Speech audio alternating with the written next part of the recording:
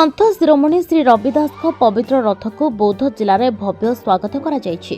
सन्थ शिरोमणि रविदास 650तम पुण्यतिथि अवसर में भुवनेश्वर आसिथिबा पवित्र कलश को आज बौद्ध जिला सदर महकुमा बापूजीनगर प्रथमे नाम संकीर्तन द्वारा स्वागत करा जिबा सह अन्य स्थान में पवित्र कलश को स्वागत करा जायथिला। बौद्ध जिला बीजेपी सभापति प्रेमानंद मिश्र, एससी मोर्चा सभापति रामचंद्र तांडी, पूर्वतन जिला बीजेपी सभापति विप्रचरण महांती, नगर सभापति गजेन्द्र साहू समेत शताधिक श्रद्धालु योगदान पूर्वक ए पवित्र रथ और कलश को स्वागत करते।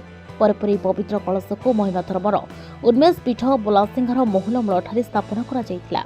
बौद्ध जिला महुलमूल बलासिंघा आम सेठू माटी उठीला से माटी नहीं गलु आम आमर पार्टी कार्यालय जेना कि राम मंदिर भुवनेश्वर राम मंदिर को नियाला सेटे आसीथिला बाराणसी रु आमर काशी बाराणसी रु तांकर जन्मस्थान जेनु से जगह से माटी नहीं आसते आमर कार्यकर्ता जाइए सब बौद्ध जिलू सेठू आमर एटू माटी गला परे से माटी आम मिसेक सब कलश है 37टा आम सांगठनिक जिला मिसिकी सबु जिला को एबे रथ आमर जिलू पठे आम सबु जिला जिला महकुमा प्लस सबु मंडल शक्ति केंद्र तक ये रथ आमर पहुंचा प्रयास अच्छी।